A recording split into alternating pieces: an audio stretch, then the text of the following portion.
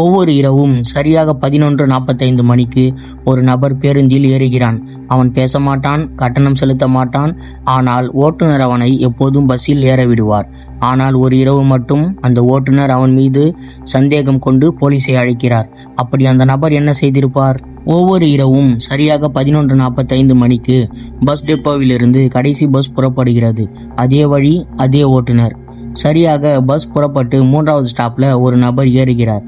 அவர் ticket எடுக்க மாட்டார். ஏனென்றால் அவரிடம் பணம் இல்லை. யாரிடமும் ஒரு வார்த்தையும் பேச மாட்டார். அந்த நபர் ஓட்டுநரை பார்த்து தலையசைத்துவிட்டு பேருந்தின் பின்புற இருக்கையில் அமர்ந்து கொள்வார். ஓட்டுநர் ஒரு விஷயத்தை கவனிக்கிறார். அந்த நபர் ஒருபோதும் ஜன்னலுக்கு வெளியே பார்க்க மாட்டான் மற்றும் கடைசி ஸ்டாப் வரும் வரை அவன் அசையவும் மாட்டான். பிறகு கடைசி ஸ்டாப் வந்தவுடனே அவன் அமைதியாக இறங்கி விடுவான்.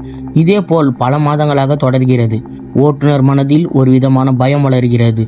இருந்தாலும் அவர் இந்த விஷயத்தை யாரிடமும் சொல்லவில்லை. ஆனால் அவர் அந்த விஷயத்தை காணும் வரை. ஒரு புயல் நிறைந்த இரவில் பேருந்திற்கு முன்னால் ஒரு மின்னல் ஒளி பாய்கிறது. இறுதியாக ஓட்டுநர் அதை பார்க்கிறார். அந்த மனிதனின் பிரதிபலிப்பு ஓட்டுநரின் அருகில் இருந்த கண்ணாடியில் தெரியவில்லை. அதை பார்த்து பயந்து போன ஓட்டுநர் பிரேக் அடித்து பஸ்ஸை நிறுத்துகிறார். உடனே போலீஸை அழைக்கிறார். உங்களுக்கு ஒரு கேள்வி. பலமுறை பார்த்த அந்த மனிதனை அன்றைய இரவில் மட்டும் அந்த ஓட்டுநர் அவனிடமிருந்து என்ன கண்டுபிடித்தார்? ஏன் ஓட்டுநர் போலீஸை அழைத்தார்? பதிலை தெரிஞ்சுக்கிறதுக்கு முன்னாடி வீடியோக்கு ஒரு லைக் பண்ணிடுங்க. மற்றும் நிறைய பேர் சப்ஸ்கிரைப் பண்ணாமல் பார்க்குறீங்க. அவங்களாம் அந்த கியூரியஸ் மைண்ட் சேனலை சப்ஸ்கிரைப் பண்ணிடுங்க. பதில் என்னன்னா, அந்த மனிதனுக்கு பிரதிபலிப்பு இல்லை. அவன் சாதாரண மனிதன் இல்லை, அவன் ஒரு ஆவி என்பதை ஓட்டுநர் உணர்ந்தார். இவ்வளவு நாள் பயணித்தது சாதாரண மனிதன் அல்ல, அது ஒரு ஆவி.